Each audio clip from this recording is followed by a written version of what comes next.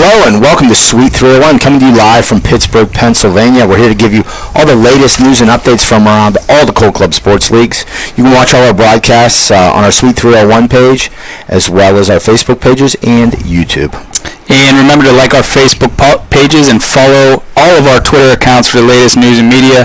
Also, subscribe to our YouTube channel for videos from around the leagues and to watch previous episodes of Suite 301. Christian Smith, congratulations. We've made it to June once again. We have. Sometimes it's questionable. Yes. But we made it this year, and it's good to be into June. Welcome, everybody, to the first summer episode of Suite 301. Let's dive right into it with, what finished up most recently is baseball. So let's welcome to the set Jimmy Henderson, Director of Division II Baseball Ops. How are we doing today? Good. How are you doing, Jimmy? Good. Congratulations. This was not your first May. This was your second May with us. Right. So congratulations on your survival of the month. It's it can get hairy. We've made it. Well, take us through what's going on. I guess, as with the World Series ending, we're going to get into those recaps. But let's dive right into, how the final polls finished up in D1 and D2. Yeah, so here we have the final Division I poll, all 8 World Series teams bringing in the top 8, rightfully so. No big jumps in the final poll here as we wrap up this season. So Florida State receiving all 21st place votes, Cal Poly, the runner-up at our World Series, coming in second, and then just down the line there with the rest of our 6 other World Series teams. Yeah, you don't see a lot of, outside the top 8, those teams haven't played since last poll, so there's really no reason for them to move. Shake up. Yep, so that's typically what you see is it's, from the last poll to this poll, it's the World Series teams making up the top 8 and them shuffling around some. Well, I'm going to give a little bit of love to UConn, the Huskies. First of all, I don't know if you guys have been watching any college World Series baseball super regionals just concluded last night. UConn Huskies varsity team just got knocked off by Stanford. But I see in our polls they moved up 5 spots from where they were before the World Series. So I guess a little bit of credit. I'd heard tremendous things about them from Penn State at the World Series about how good that UConn Huskies team was. So they got some love there from the voters, popping up 5 spots to number 13. And that's a school that's got some really good baseball going on right now with their team making it to super regionals at the varsity level, and their club team making it to the final game of the regionals in our league. So yeah, good for the Huskies. Also impressed to find out how many major leaguers have come from UConn. Really? I didn't realize that. So. No, I wouldn't have guessed that either. Yeah, George Springer. No way. Yeah, didn't know that till this weekend. Anyway, all right, so that's our D1. What about our D2? Take us through that, Jimmy. D2, same idea as what Christian was saying. Not a big shake-up. All 8 World Series teams come in the top 8 spots. Craven Community College did jump back in after being unranked in the previous poll. And Grand Canyon University taking all 15 first-place votes after winning the championship. And so shout-out to Coach Kim Carpenter. And something I learned at the World Series, they have we know that they're very organized and a well-run program, but they have 6 club teams on campus that operate, club baseball teams. So we need to start a Division 3, a Division 4, 4, 5, and 6, yeah. That's just a baseball factory down there. Yeah, it really is. I was impressed watching their D2 team at the D2 World Series, especially how big they were. They just seemed like a big group of guys to me, and then just to think like, wow, this isn't the D1 club team? Their D1 team made it to regionals, did they not? Got knocked out by, they got knocked out by somebody before Cal Poly. Or UCLA. Yeah. So I was really impressed with Cal Poly at the World Series. They were really, really good team. They were. At the D1 level, so. Hit very well. I was only able to make for the D2, I was only able to make the championship game, so I got to see the Grand Canyon and Penn State play. But North Dakota, I guess we're going to get into some recaps here, but North Dakota putting on the fireworks with the late inning drama, huh? Yeah, about, 5 runs in the bottom of the 7th, I think, for Penn State. North Dakota ends up hanging on, but we almost didn't have an if necessary game there. Could have changed the outcome of the national title game. Yep. Who knows? So, all right, well, let's dive, now that we've seen the final top 20 polls, let's dive into those World Series brackets and see how things shaped up. Okay, so starting off with D1, you guys can see the full recap there with the bracket. A lot of close games, and a tidbit that I'll go over with the T2 bracket as well. Both teams that played the national champion in the first round only lost by 1 run in that initial game, even though they went 0-2. So I think that just kind of proves the competitive balance just of the league as a whole, and that seeds don't really matter, and it's about who shows up to play when it comes tournament time. Everyone's got to beat everybody. Right. Yeah, it was impressive the way things shaped up, and I feel like the highlight game of the tournament was that game 12, that Penn State 4-3 game versus Florida State, where Penn State came back in the bottom of the top of the ninth to come from behind, big double off thanks to Joe Percosi. Really back and forth seesaw game, like a lot of emotions in that game. Really impressive, and really impressive for Florida State to take that loss and still regroup, come back, have to play Penn State again, use an extra pitcher, and still have emotions running high, knock out Penn State, and then keep that momentum going to the Cal Poly championship game. Nice job by the Seminoles there. Yeah, and they 3-1, going in the top 9, scored all 3 runs with 2 outs. Yep.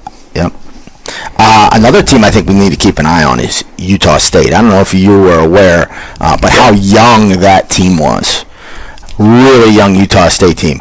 Solid group of guys right now, just looking for them to get better. Like they could go on like a 3-year run maybe, where we just see them at the World Series 3 years in a row. Just such a young group and very well coached, well managed. Got their heads on straight. I mean, they're going to be focused to be in that title game next year for sure.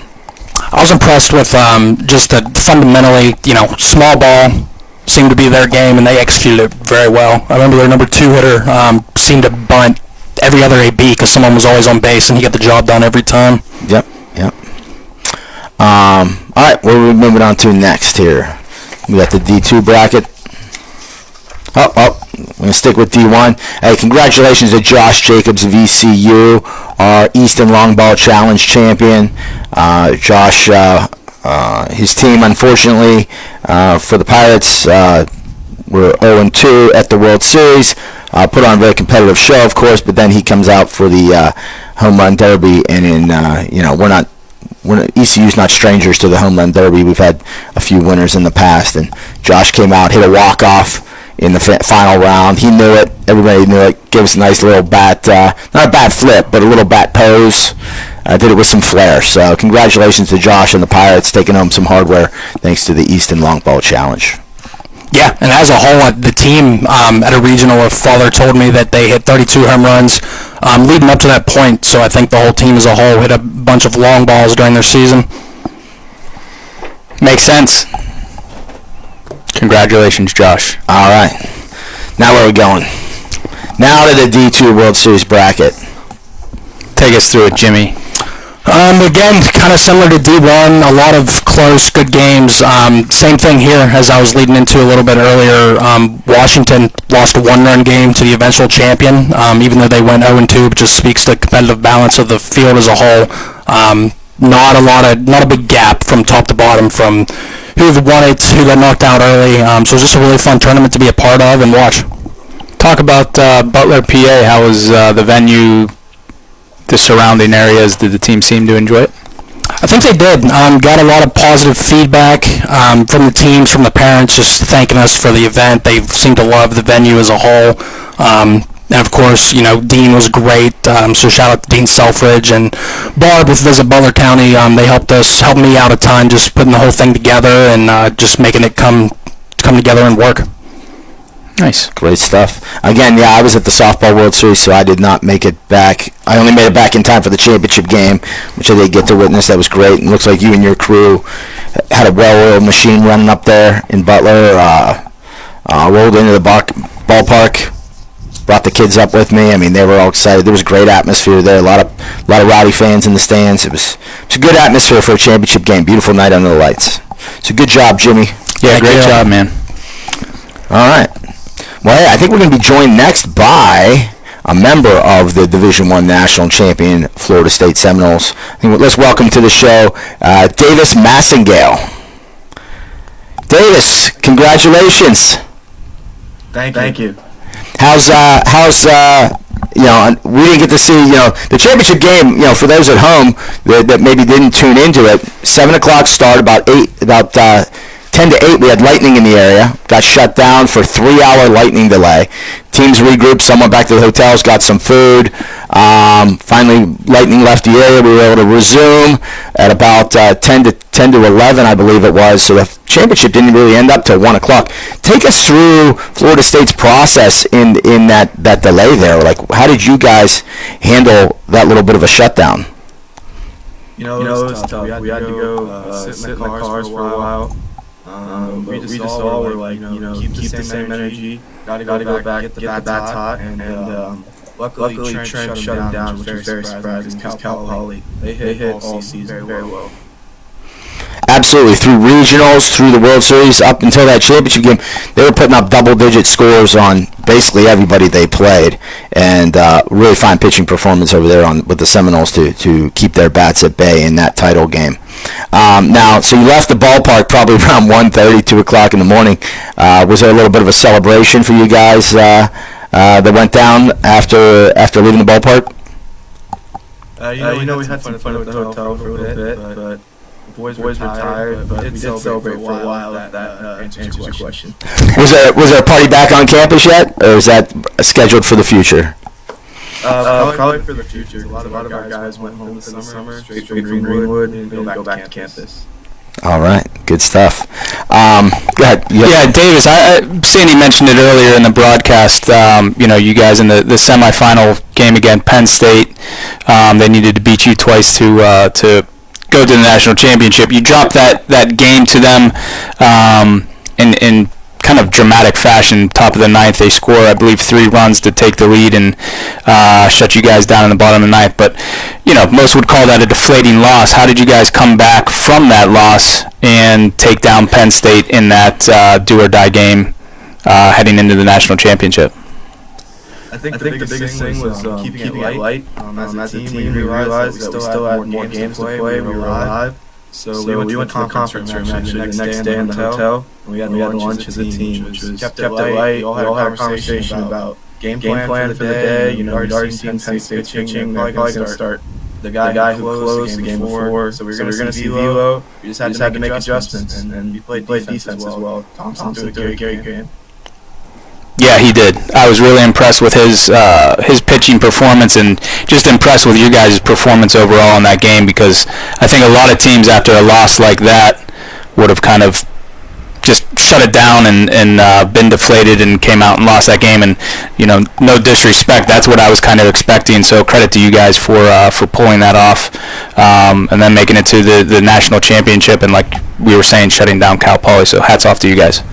Now, Thank you. Florida State has had a long tradition with us, been to several World Series, been to a title game before, didn't come out on the positive end of it like you guys did this year. But you've got a rich tradition of alumni that have had that winning experience with the NCBA. Did you have alumni reaching out to you during this journey to motivate you guys along and keep pushing you forward? Yes, we did. On our social media all the time. We have a big Twitter following, and they always comment on our tweets. And I'm gonna give a shout out to Andrew Kunkel on our team. He's about a fifth year senior now. Got a year as well. Eighth year senior. He kept telling us the talent we got on this team. He had advice for every single player, and he was just the best. Shout out to him. Yes, we've known him for quite a while. He's been around, but outstanding job. And one of the things internally we've talked about is there's 8 regions in NCBA Division I. The South Atlantic has never won a national title, and you bring the first to the region. So I think there's probably a lot of teams that you'll go against this fall and the next spring that are going to be proud of that you guys finally showed that the South Atlantic can get over the hump and win that trophy. So congratulations to you, and that just means you're going to have a big bullseye on your back starting next season, and they'll be proud of you. But now they're going to come get it from you. We're ready for it. What's the team look like? What's the team look like next year? You guys bringing a lot of people back?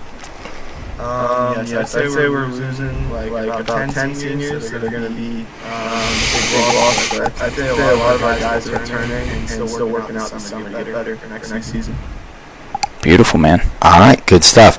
As they always, back in the Bobby Bowden days, they used to talk about Florida State doesn't regroup, they reload.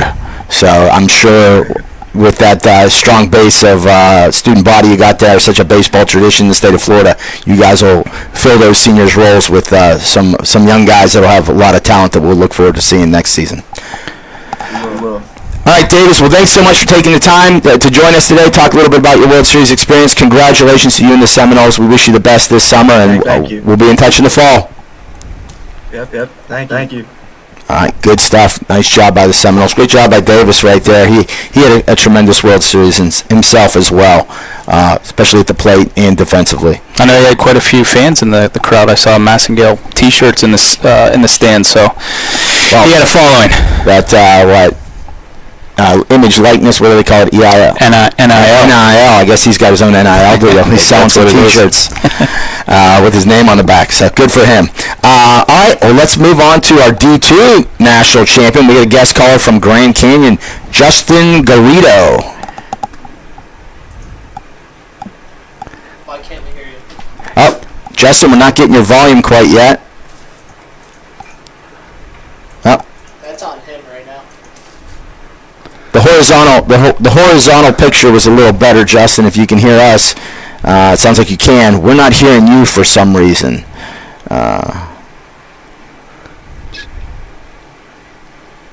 Yeah, nothing. Nothing. Tell him to unplug his headphones. See if that If you can unplug your headphones, plug them back in, that might or maybe even just to keep them unplugged. reboot. And tell him also to make sure that his We- volume thing is clicked on. Make sure your volume thing is clicked on. I'm just relaying information from our production suite. So I'm just trying to give you some advice there. Justin, can you maybe take the earphones out and we can try just doing computer volume? I'm sure he's on his phone. Oh. All right. Well, Justin in the Antelopes, he's working hard over there, folks. Justin in the Grand Canyon Antelopes had a nice run at the D2 World Series. You got to know those guys pretty good, right? Oh, I hear something. We hear him. Justin, can you hear us?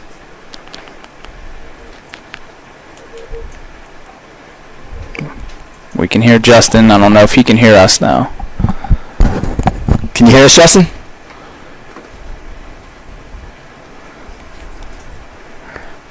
All right, maybe let's Go ahead and talk, Justin. No, nothing yet. he doesn't want. Can you hear us, Justin? Oh, we lost him. All right. Well, hey, it was a good try. But Jimmy, talk to us about their performance up there. I mean, what did you think of what they were able to pull off in Butler? Yeah, they like we mentioned earlier, very well put together team, well coached. Just everyone was all in. Their pitching was very good. Like we said, 1-0 win in the first game. They had to beat a very good team in Cal U to get to the championship. Won that one 3-0, and then another shutout in the finals against Penn State with a 5-0 win with Kyle Weaver winning the MVP, going to complete game. Shutouts, and just I think he was the backbone of the team to get them there. They hit well. In addition to that, but their pitching I think really carried them. It's crazy about Grand Canyon, and maybe this is just me, but if you would ask me 10 years ago, maybe even sooner than that, Grand Canyon, have you ever heard of Grand Canyon University? I would have said no. Now that they're a relatively new university, at least I believe they are, but it's surprising to me how successful, at least, you see their varsity team made a regional, but I know their basketball team is coached, or at least was coached, by Dan Marley, who is an NBA superstar, and crazy how well their club programs have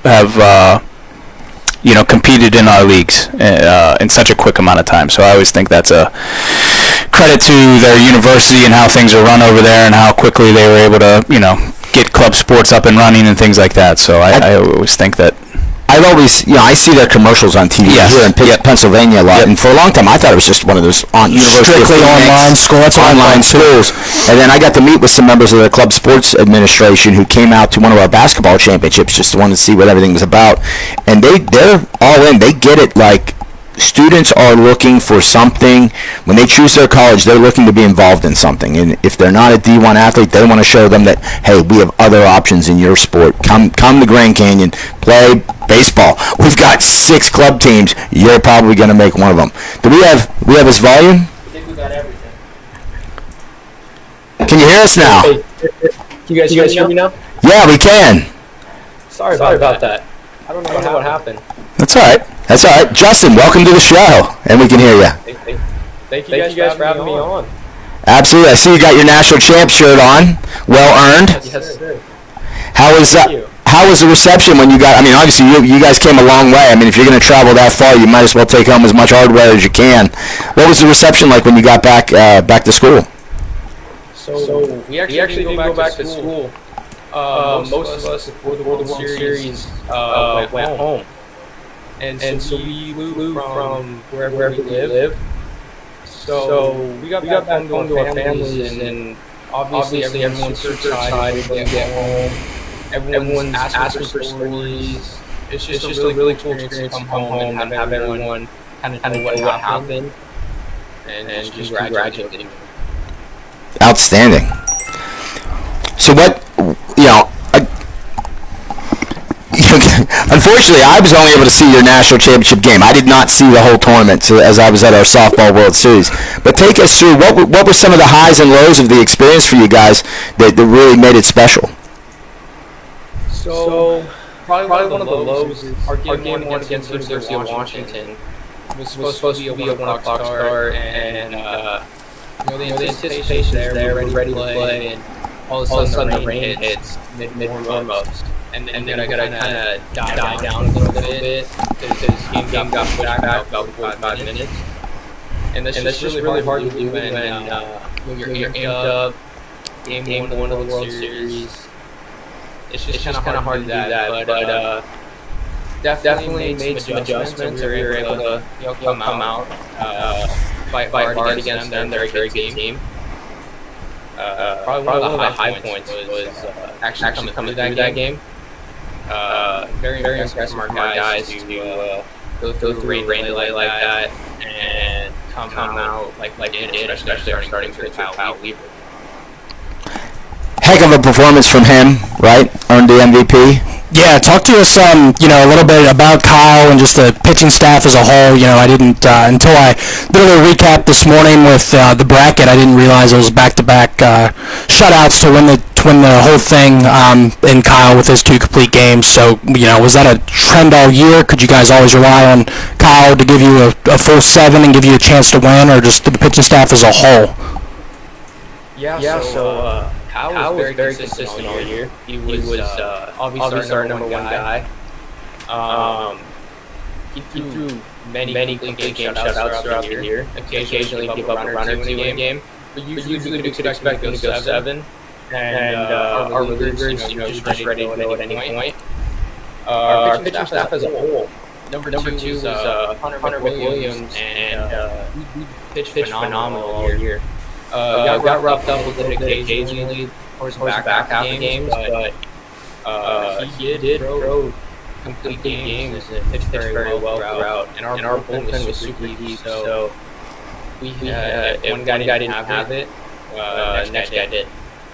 All right. And Justin, we're as a league, we're really familiar with the D1 team. They've been in a number of Division I World Series tournaments, and we're familiar with Rich and all the boys over there. What is your relationship with the D1 team? Were they following along with you guys? Were they cheering you on? How did that relationship work out? Yeah, so throughout the season, we'd watch some of their games. They'd talk to us, ask how we were doing. We followed their regional as they followed ours. And I know some of the guys were watching the World Series game. And after week 1, they're all texting us congratulations, like well deserved, all that. So it was pretty cool to see those guys follow along. pretty interesting to hear about your program. Like Christian said, I've gotten to know Rich Warnall the last couple of years. Great job he does over there. But your program has, as I understand it, 6 different club teams on campus. How does that process work for an incoming freshman? Do you start on team 6, try to work your way up? I mean, explain to us how Grand Canyon Club baseball on campus works as a whole. There's 6 teams. There's our Division 1 and our Division 2. And then the other 4 teams playing like with that league. So we had tryouts this year because so many guys come out. And some guys make team 1 and team 2. But then the other guys that don't are able to play in that league. They want to keep playing.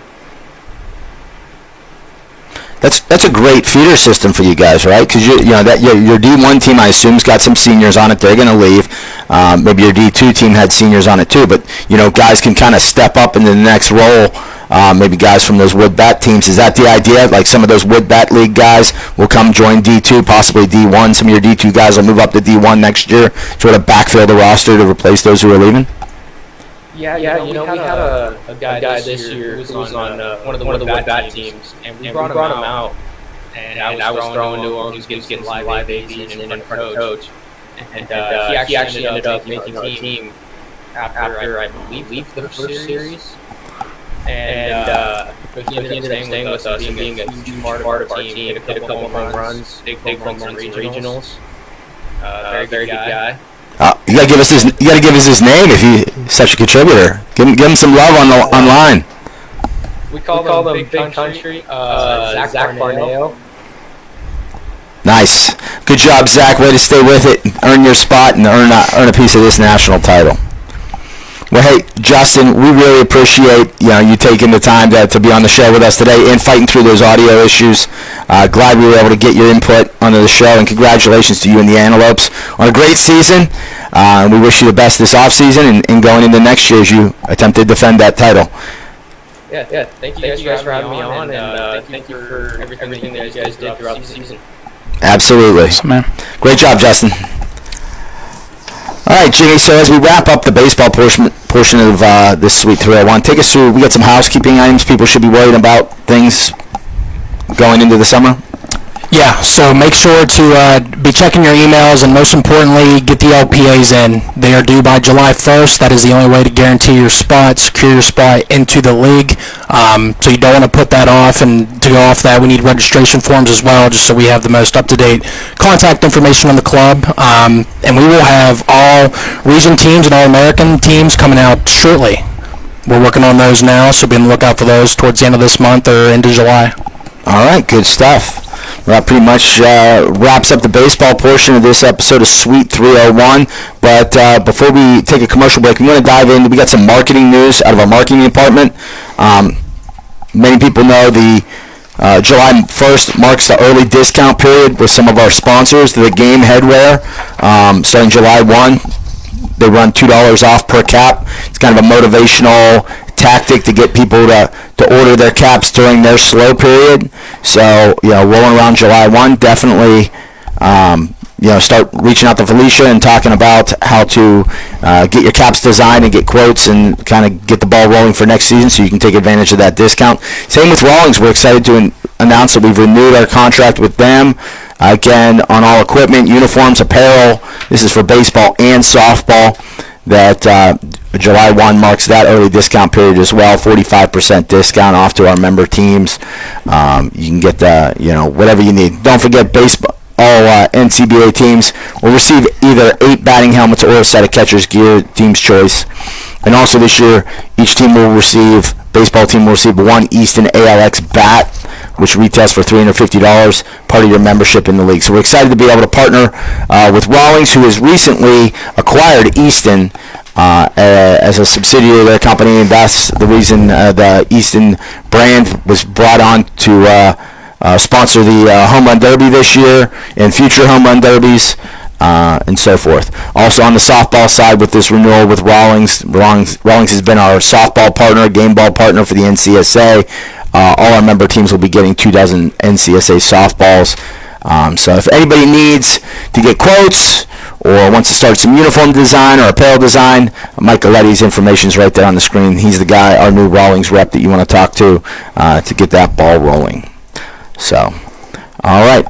Well, I think we're about to head to a quick commercial break. We'll be back to talk about NCSA softball action. We appreciate it. Stay tuned.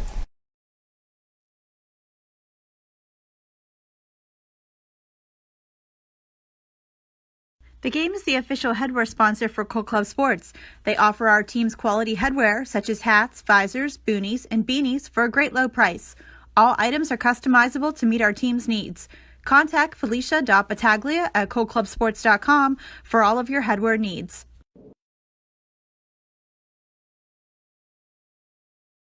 Sure.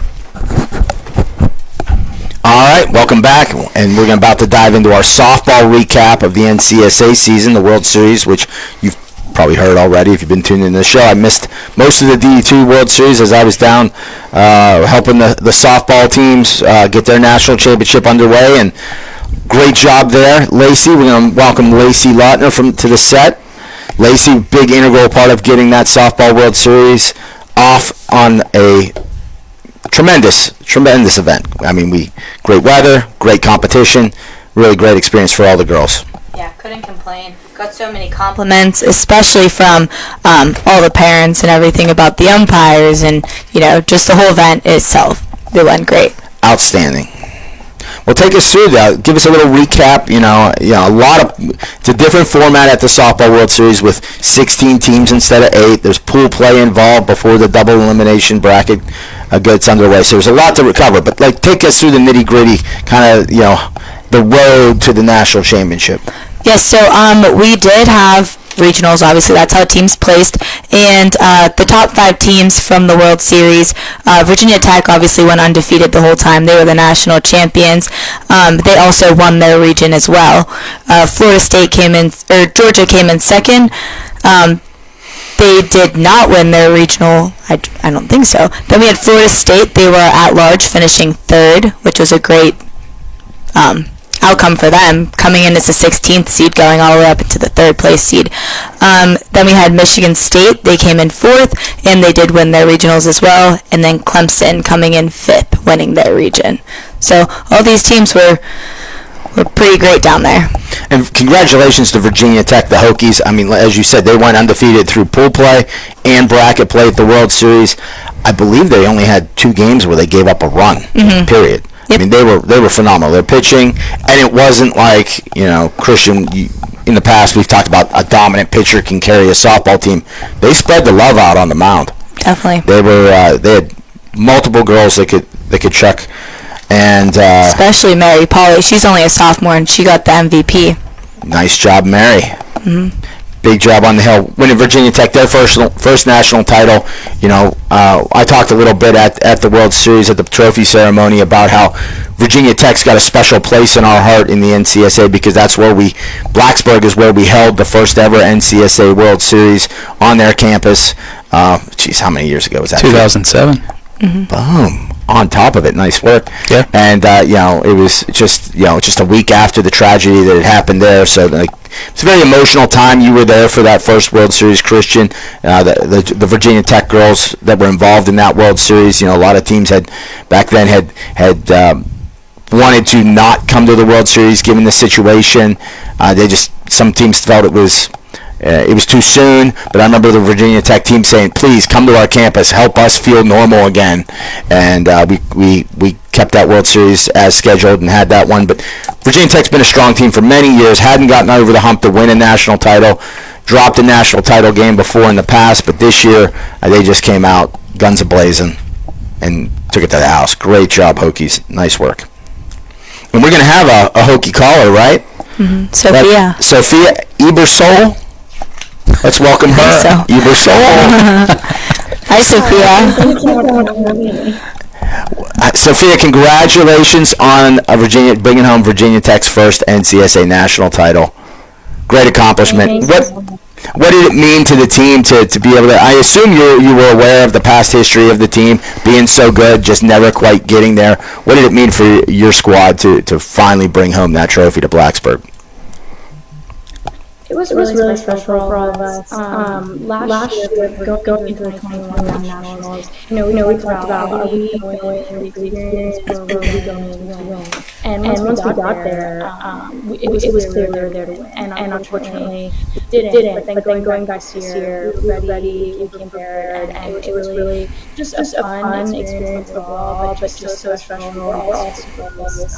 Really great bond with everyone. So just bring home the title. Just sealed the deal. It was a nice trip.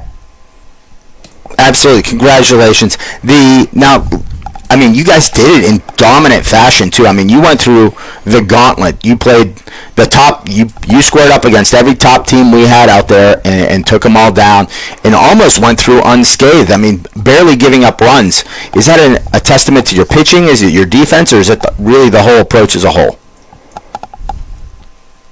I think it's just a team effort all around. Our pitchers, for sure, are dominant, and we trust everyone out there. But we have a lot of trust in our defense as well. We work hard on that all year, and just to get to see it put into action, and us backing up our pitchers while they're producing ground balls and pop flies for us to defend against.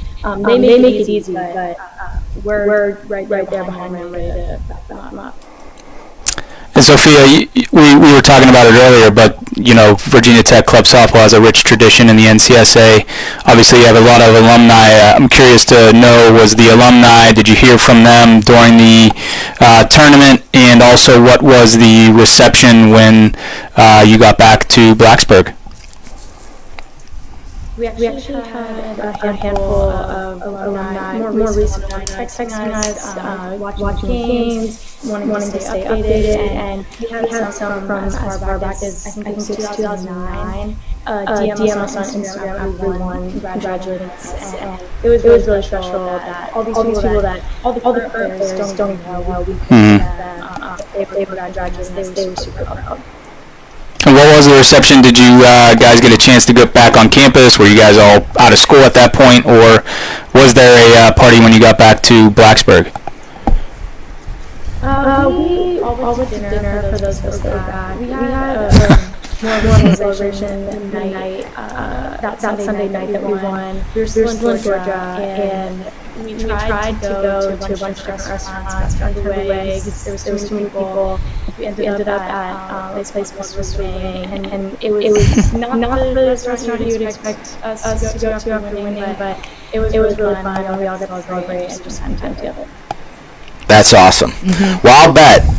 I'm a Virginia Tech football fan, have been since the Michael Vick days, long time ago. So I think you guys should have a celebration tailgate at one of the games this fall. Bring all the alumni back, have a big celebration party at a tailgate, bring the trophy out, invite me down. I'll come root on the Hokies football team and celebrate your win with you. That sounds good. We have the best student section, best environment, from not being too biased, coming to understand perfect celebration for all of us. Sounds like a party. Hey, I'll look for the Evite.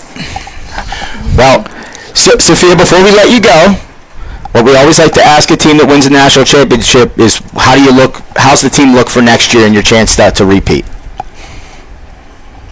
I think it's pretty good. We're definitely going to take it one day at a time, one game at a time, but we only lost two seniors, so we pretty much have the same team, same lineup. They will be very missed, but hopefully we get a couple more girls, and we're looking pretty strong going into it. Sounds like a preseason #1 ranking right there. Well, congratulations, Sophia. Great job. Thanks for coming on the show today. And congratulations please congratulate all your Hokie teammates on the win. Great job. Thank you. All right.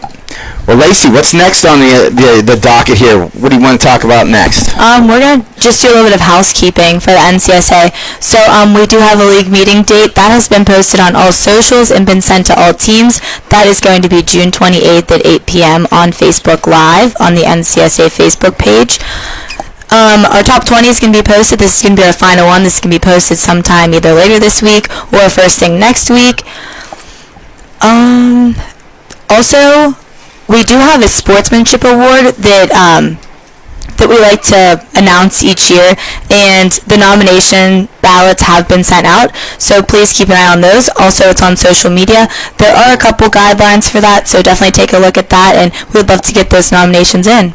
Absolutely. I know it's a relatively new award. I think we've only been giving it out 2 or 3 years now. Yeah. But I know it's something we take a lot of pride in, is learning about the background of some of our student athletes in the NCSA, what they do on the field, but what else they do off the field. Definitely. to promote their team, promote the community service, things like that. There's 142 teams in the league. Mm-hmm. You're talking a couple thousand student athletes out there that are working hard to play the game they love, and this is a great chance to showcase the story of one of those particular people on your team who could potentially, win this award and get the limelight for and recognition for the efforts that they put in to make their NCSA season and dreams possible. So be sure to nominate someone from your team. If you feel awkward, your team. If you feel awkward nominating yourself, just say, "Hey, VP, go email Lacey. Let them know how much I did this year." Well, I mean, I don't remember a lot of interviews on this show, but I believe last year's winner was a girl from Air Force. Navy or Air Force? Navy. Regardless, one of the armed forces, and it was a great interview. She was really interesting. Her backstory, what she was doing, what she was going to be doing after she graduated, and where was she? Do you remember that? I feel like we were talking about. I think was she going to be a helicopter pilot? Yes, I want to say she was flying. Yes, something. So, but it was cool. It was a cool interview. She was really well deserving of that honor. So, and the year before, I believe it was an NIU girl. NAU. Yep. What did I say? NIU. Yes. So, all right. Be sure to get your NCSA Sportsmanship Award nominees into Lacey ASAP. Get them in so that she can. No one gets excluded from the consideration, so we can get those, review those candidates and release the award winner. Anything else, Lacey? I think that's all. Just don't forget to turn in your LPAs. Those are due by July 1st. Same with the registration form. And mark that date on your calendar for the league meeting. That's important as well. All right, we're going to take another quick commercial break, and we'll come back and talk about some basketball. Rawlings is the proud uniform, equipment, and ball sponsor of the National Club Baseball and Softball Associations. Teams receive up to 45% off on all their orders. For more information, including catalogs and price quotes, contact our front office today.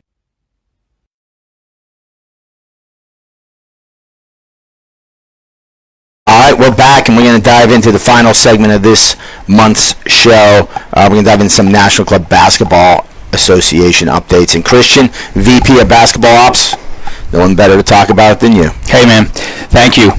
All-Americans came out, I want to say about a week ago while we were down at the Division I World Series, but want to certainly congratulate all those who made first, second, and third team All-Americans. I got some texts from some of the guys that made it. Really excited about making the team, so congratulations to all you, and I want to say that we talked about it last week or last month, last time we were on Suite 301. We certainly want more participation from teams in all-region, all-American awards, but that doesn't take away from the guys that made these first, second, and third teams. All really, really, really good players. You see a few national champions on there from Purdue. Emerson, the big boy, the center from Purdue, making first team center. Philip DeRozier, the guard from Auburn. So all of those guys, congratulations to you.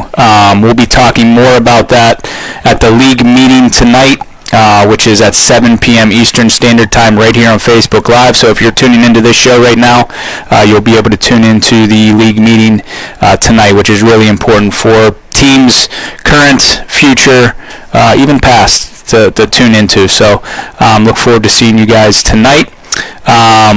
Hopefully the world found out, the NCBBA world found out yesterday that we have promoted Matt Hazy from Assistant Director of Basketball Operations to Director of Basketball Operations. You see Matt there. We'll be doing a formal introduction tonight. the league meeting. But Matt's been with us a short amount of time, but in those 6 months that he's been here, he's been outstanding. Matt exceeded everything that we've given him, so it's well deserved. Really excited for him to take over the league on a day-to-day basis and take it to the next level. So want to make sure you knew about that, but that was emailed out, plastered all over our websites and social media.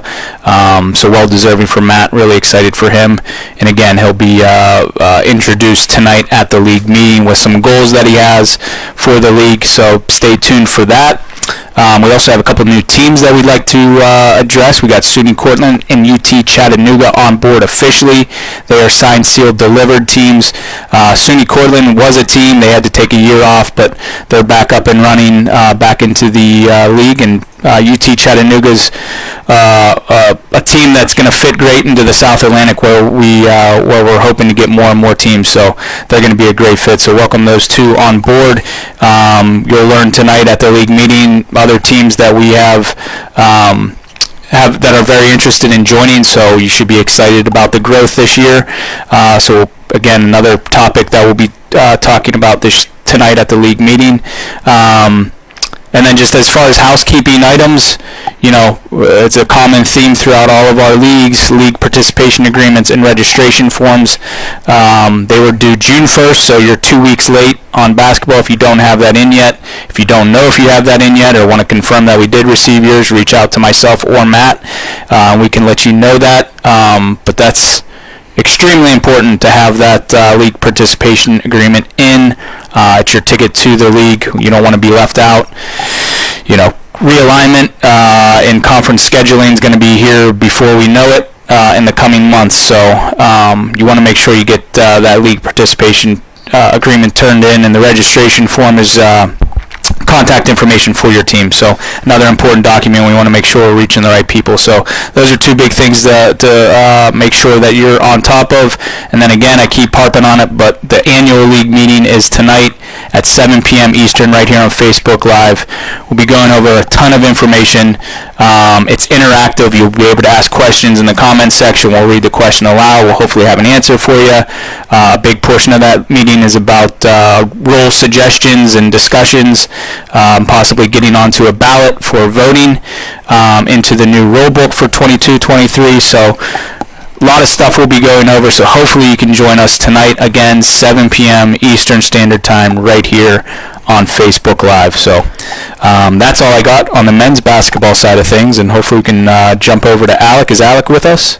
I believe he is. Alec, what's up, man? Let's take us through women's basketball. Can you hear me? Yep, loud and clear. Awesome. Cool, yeah, first thing, I'm going to touch on some All-Americans. We got those recently last Friday. So we have the three teams here. And just like you said, Christian, on the men's side, something that we want is a little bit more involvement from teams. Congratulations to these three All-American teams here. Everybody that made it. But we didn't see a ton of submissions this year, so we'd like to see that improve in the future. But at the same time, don't want to take away from all 15 of these girls' great seasons. So congratulations to all of them. And I think it's definitely a function of, we didn't have men's or women's basketball last year because of COVID. So I think there's a lot of new officers coming in, not knowing that, all region, all Americans, maybe checking emails as regularly as possible. So hopefully we can, knock this into their head as much as possible so that next year, we can get as many nominations as possible so that, these teams have a lot of a lot of selections from a lot of different teams. So hopefully that's just a COVID hangover thing. And it's the first with the women's team. I believe this is the first time we've ever done All-Americans because the very inaugural season got cut short by COVID. So, for those of you at home that wonder how does the All-Americans work, there's too many people out there for us to just comb through them all and figure out who's the best. We rely on the teams to nominate who should be looked at from their team. So every team is asked, hey, who on your roster should we be looking at as an All-American? And they might submit one or two or none or five. So be it. If they're nominated, they get looked at. So if your team's not on that list, feel free to ask your team president Did you nominate anyone from our team? Yes. So, again, it'll be discussed at tonight's men's league meeting for sure. And the women's meeting's tomorrow, right? Yes, I was going to let Alec do that. Did I let the cat out? Yeah, you did. My bad. Unbelievable. Sandy's my thunder.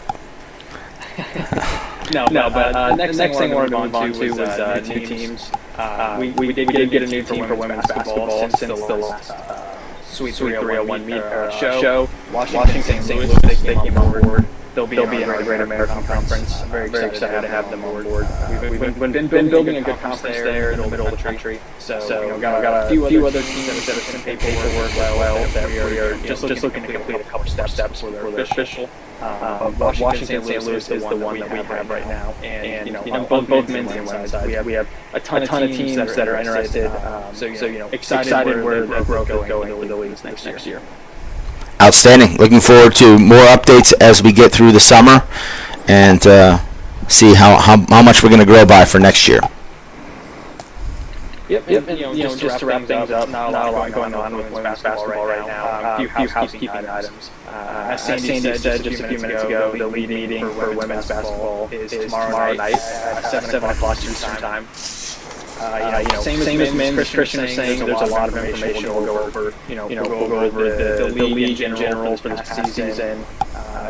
What's coming for next season.